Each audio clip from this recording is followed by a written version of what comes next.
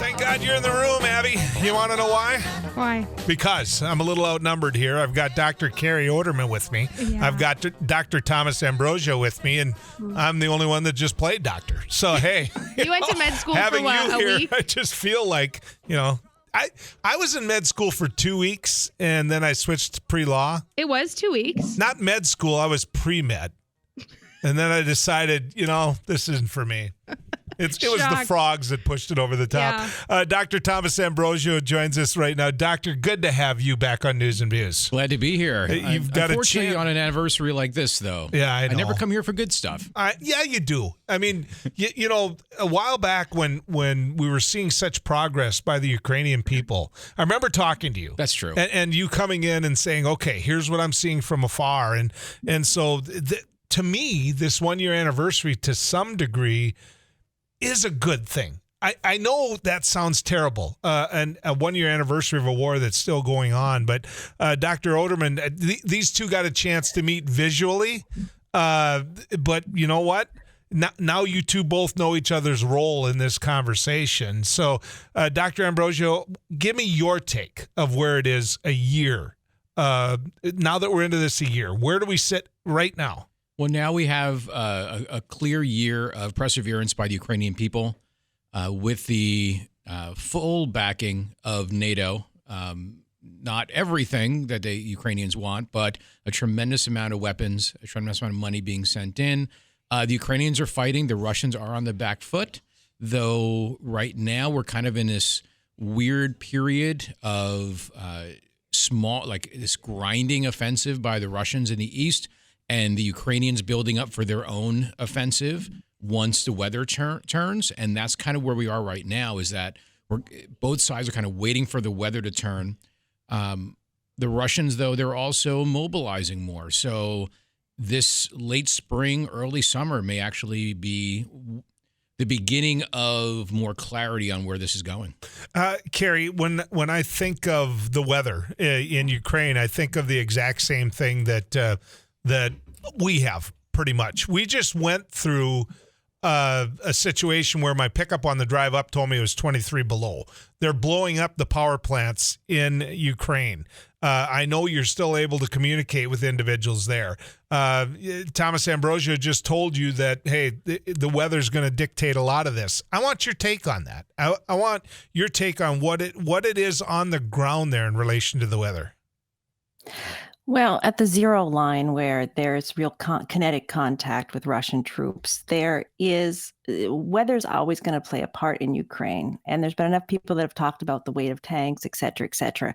But now we're also seeing some activity in the breakaway province of Moldova, Transnistria, which makes me believe that they might be considering opening up another front. There's also troop buildup in Belarus, so there might be a distraction from the Russian part, but it could be waiting for the weather. The problem is the weapons that are being promises are really big, but people aren't delivering yet. Just yesterday, it was announced that maybe the Abrams tanks, which might not be suited to the situation in Ukraine anyhow, might not make it until next year. All these leopards or leopards, as you know, leopards, what the Germans say, these main battle tanks, it's taking a long time to get them onto the field too. And it might not be too little, but it might just be too late. I want to throw the same question at both of you, because when we think of NATO, we think of everything locally here. We think of the U.S. and its role, but I'm going to go with you, Dr. Ambrosio, first. The role that other countries in NATO have played. Speak to that a second, if you would. Well, right now, we have these promises, these tanks that are going to hopefully be delivered, but I'm not sure they're going to be as impactful as armored personnel carriers to actually have the Ukrainians be able to move much more rapidly than the Russians can. So that actually may be more impactful than tanks. One of the problems that we're actually running into is an artillery shortage, that the West can't produce enough artillery to replace what's being spent by the Ukrainians. So that's going to be something that's right now not a problem, but long term is we're starting to ramp up production. The Europeans are, but of course the Europeans are so far behind in terms of military production in general. So that's going to be a part of the story. And there is a growing It's small, and part of the reason why Biden, I think, went to Ukraine was to shore up European support for the war, because there's a growing questioning of how long the Europeans are willing to support it. Dr. Odermann, both of you have a much bigger view of the world. I mean, you do. When you look at what's happening in Ukraine, we think of it as the U.S. coming to their rescue.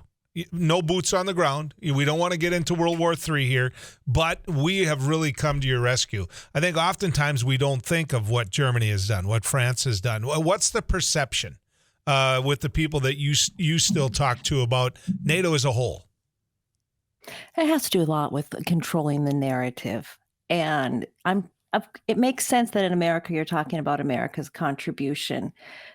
But if you look at Germany, who has come off very poorly in the media, they're actually the second largest donor. You look at Boris Johnson and his trips to Kyiv, and even though he's not prime minister anymore in the UK, they love the UK because of Boris Johnson. France has only done a small contribution, but is still looked upon very favorably. It's all about controlling the narrative. And Joel, you keep talking about how you don't want to get World War III started, but we have to rethink how we define war. We're always talking about war in terms that no longer apply. We mentioned before about how drones are bringing in a whole new aspect, but in the United States, it really needs to shift the focus to hybrid warfare. I guess what I'm trying to get at, and you can correct me on this, is if you look at the role that FDR played in World War II, he had a very isolationist country. And because he had an isolationist country, he could never get the country to do what he really felt we should do until the Japanese did what they did at Pearl Harbor. And, of course, Germany declares war on us instantly. But that being said, now it just feels so familiar because what we're doing is very similar to what we did in World War II with supplying the Brits with weapons and trying to get them all the equipment that we possibly could, and clearly having a side in the war. This time it's just much more visual. And so I guess, Kari, that's what I'm getting at. Well, there's a clear side here, and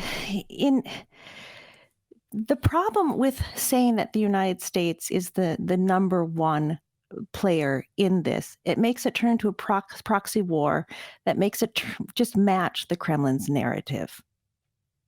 And that's where things get problematic, when we start using the same arguments that the Kremlin is using. And I think the United States needs to have a long discussion about hybrid warfare. And we've mentioned this a couple months ago. We've talked about how the influence on U.S. politicians from Russia is finally being seen right now in the United States slowly, and it's going to affect the U.S. public opinion about the war. Tom, you always have had a really good understanding of what is going on the ground in Russia. And the history of Russia as a whole. And I doubt poll numbers. Actually, I doubt poll numbers here again now too. But in Russia, they're saying that close to 80% of the people are supporting Vladimir Putin in this war against Ukraine. Do you believe that? That's probably way high. But if you imagine the only media you're getting or most of the media you're getting is this constant stream from the Kremlin. And you're not hearing alternative voices, and many of those alternative voices have been forced to flee the country and not being able to, present the alternative side. You can imagine that that's going to, over time, influence how people see this war. Also, Putin is very good at pressing the right buttons, the historical buttons that drive Russian narratives going back decades, and one could even say centuries. So I'm not surprised that there would be a lot if you had a true poll. People are also somewhat probably afraid to actually be honest in polls, so there's probably a lot of inflation there. But yeah, I mean this is something that is important, as I say even to my students, to actually also understand Russia from its perspective, not saying their perspective is right, but to actually like read Putin's speeches, because that shows us how far this divide is between the two sides. Dr. Odermann earlier pointed out that in NATO's, the benefits to NATO, one of those is which they know how the weapons do now. It's like the ultimate testing ground, in terms of advancing, in terms of making better. Is that the same benefit for Russia? Because we looked at this in the beginning, and what we saw was very antiquated equipment, very well or poorly maintained equipment. Has that changed in Russia? I think they're still going to be dragging stuff out of storage. Their capacity to replace what they have is far less than anything in the West. The real innovations that we're seeing for Russia is that the use of pretty much Iranian drone technology, not even their own homegrown Iranian drone technology. So I think that is, but we're both learning from that. So I'm not sure it helps Russia at all. They're expending so much in terms of artillery, especially early on, that they were dragging their stock. What they can produce is what they can use, and that's it. So let me ask you both this when we come back. Okay, if tomorrow the U.S. was to give Ukraine F-16s, tomorrow they get F-16s and they say, "Go get them." This is where we're at, this position in the war. What do you think would happen? I'm just curious, on a world stage, what do you think would happen? And obviously we haven't used one word yet in this conversation that should have been brought in earlier, right? Dr. Kari Odermann is our guest. Again, she was a TV anchor in Kyiv. This is the 1-year anniversary of the war in Ukraine. Dr. Thomas Ambrosio is with us as well. He's a professor of political science at NDSU. We were talking before the break about what would be that next level. How would China, how would Russia, how would, anyone who might not be seen as on our side of this argument, Iran, how would all of those individuals look at it if the U.S. was to give F-16s to the Ukrainian people? And I'm going to go with you first on that, Dr. Ambrosio. Honestly, I think it'll help the Ukrainians. There's a lot of logistical issues that would be involved in terms of training and upkeep for them. But how would other countries react? I think they're not going to change how they're already reacting. It'll just, the Russians will complain about escalation. The Chinese will complain about escalation, but ultimately they're really, at least Russia's not in a position to do anything more. As this war's gone along, I'm far less concerned about Russian escalation, because at every point that you would have thought they would have escalated. Now, obviously, they're committing horrible crimes, and When you say escalation, I think nuclear. That's what that means, right? Pretty much, okay. Or having a full scale mobilization, which still may be happening. They're pulling people out of prisons. They've started clearing out their prisons, but I don't think there's a whole lot more they're going to do. Now, if things go towards Crimea, then that would be a different discussion. But just sending in F-16s, that's not, I think, going to change the calculus from Russia. Okay. They're going to do what they feel like they have to do. I'm going to pose that same question to you, Dr. Odermann. What if the U.S. gave F-16s? Well, if in fact Dr. Ambrosio is right, then why the heck aren't we doing it? We're not doing it because America wants to avoid an U.S. F-16 going over the border into Russia, because that would give then Russia the excuse to attack the United States and other allies. And I don't know if F-16s are that important anymore. We're talking about how warfare is changing. What about, Patriot missile systems? What about getting more drones? I think Dr. Ambrosio is right. The training with an F-16, these Ukrainian pilots are used to flying MiGs, and that's a lot. It's a huge learning curve. But you're right about talking about China. Just yesterday, there was a resolution at the UN Security Council. The UN has 193 members, and 141 said that what Russia is doing is wrong. But there were some abstentions, most notably China and India. And China's been walking a very, very fine line. And you've got to look at what's going on with China lately. Biden was in Kyiv, but Yang Yi, the top Chinese diplomat was in Moscow that very same day. And China has grown its military exports to be the fourth largest in the world. So Russia is presenting a market for China right now. And some people in security circles talked about how the whole saying yes to the Abrams tanks was a way of showing China, if you support Russia with lethal material, we can do this too. So that's been really interesting to watch this story develop. Well, I continue to make parallels to, what was the start of World War II. But you talk to any farmer out in my neck of the woods, and the stuff they had in the shelter belt behind the house, all that old metal went towards what was called to the good of the country, to be made into weapons. And what ended up happening? Well, Japan used those weapons on us. So they're still mad about it. And they got a right to be mad about it. And what ends up happening, that was the cause. That was what started things, or at least one of them, I should say. I want to inject China into this conversation because a year later, 1 year since the Russians invaded Ukraine, a year later, China seems to be hovering as one of the biggest concerns out there. Even though many of the conversations the three of us have had, albeit separate, China was part of those conversations. But I guess what I'm asking you, Dr. Ambrosio, is do you see China ending up playing a role in this war to where they're, for lack of a better way of putting it, active? And this is an interesting situation because the United States has just released intelligence information saying that Chinese are thinking about supplying Russia with lethal aid. And that release was really a message from us to China, don't do it, because then we're going to start slapping secondary sanctions on you. And the Chinese are going to have to make a real decision here. I think they probably will not when all is said and done. They'll help Russia economically. They'll help Russia move product, but ultimately, the danger for them would be if we put sanctions on China. Just imagine what that's going to do to the international economic system. That will have a bigger impact on us as well than even the Russian sanctions.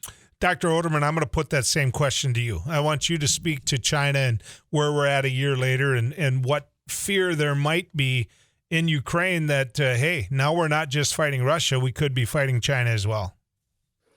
Well, today is also China's day in the news. Not only did the U.S. release this intelligence that they're thinking about supporting Russia, they just presented a 12-point plan for proposal for peace in Ukraine. China's trying to mediate. I can't think of another time in history where that's happened. And to top it off, the European Commission has now officially said no more TikToks on anyone's phone. So 32,000 people that work for the European Commission are not going to be able to have TikTok on their phone. And these are all indications that China is very much a part of this conversation. It's kind of like the elephant in the room. Sometimes it's not addressed directly, but it is there and it's in consideration. Yeah, and if we slap sanctions on China, that's fine. But where are we going to get our chips from? In the last 2 or 3, and I don't mean potato chips. No, I know. It held up the car industry for forever. I mean, that's one of the Biden administration's big initiatives is to make sure we're not reliant on China for that type of technology. That being said, we do a lot of business with China. You guys, we do a lot of business with China. And I'm going to throw this one to you first, Dr. Odermann. What do you see China doing if we put those sanctions on it? If we tell them, you know what, we're done. We're not going to do business with you then.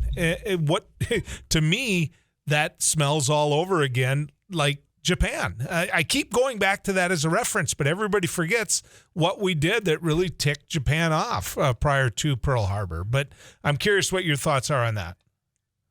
We've got to look at how power is defined nowadays and influence. We've got monetary influence, we've got technological influence, and I don't think it's in China's national interest anymore to try to get into a fight. They have prioritized other things. They're expanding markets all over the world. China has a huge interest right now in Africa, which might be part of the reason that they're kind of hedging their bets with Russia, because the BRICS group, the group of like South Africa, India, Brazil, countries that are traditionally thought of as, we don't say third world anymore, but we say global South, that they have close relations with Russia, and China wants to also benefit from these relations in these emerging markets with their products. So this is the reason that China is being very cautious. I don't think it's in China's interest really to get the United States angry, but it's not in the United States' interest to slap sanctions on China right now either. I want to kick that same thing to Dr. Ambrosio, though. What do you see happening if the U.S. tries to send a message by taking away the ability for the United States to do business with China? Well, that would obviously have a dramatic impact on the United States in terms of product. I think supply chains are difficult now. Imagine what it'd be like with that. Again, I agree that China is really not in China's interest, and in many ways, a weaker Russia is actually good for China, because that gives China more leverage over Russia to get what it wants, which is a strategic ally to its north, but also talk about being China's fuel or gas station. Both natural gas and oil. So then again, we don't know what's going on inside the president of China's head. So he may begin to see this as somehow some Russian defeat as kind of an existential threat to his geopolitical position. I don't think so, but then again, I'm not living in his head, and I don't think I really want to. What I've been reading this week is that he's not as powerful, or some might say, as what everyone thought he was. That there's people not behind him, but as part of the country that want to be far more aggressive, and they're pushing him forward on that. I guess I hate to go backward in time. I don't mind going backward in time. We keep talking about NATO. That one of the things that Russia was afraid of the most is that Ukraine was going to be a member of NATO, which I don't think that was there. But that being said, if you go back in time and you look at Vietnam and you look at Korea, the one thing that was a driving force behind all of that was communism. And if you look at China and you look at Russia, you look at two neighbors that didn't always do the kumbaya here. They weren't always very close friends. And so is this potentially about, with China, communism? And Dr. Odermann, I'm going to throw that one to you first. I think that we made a mistake trying so hard to say communism was the worst thing in the world, because there's this colonial thinking where, what our ideas of how the world functions are the best. And if we try to understand China and China's Communist Party through our lens, we're not going to understand it.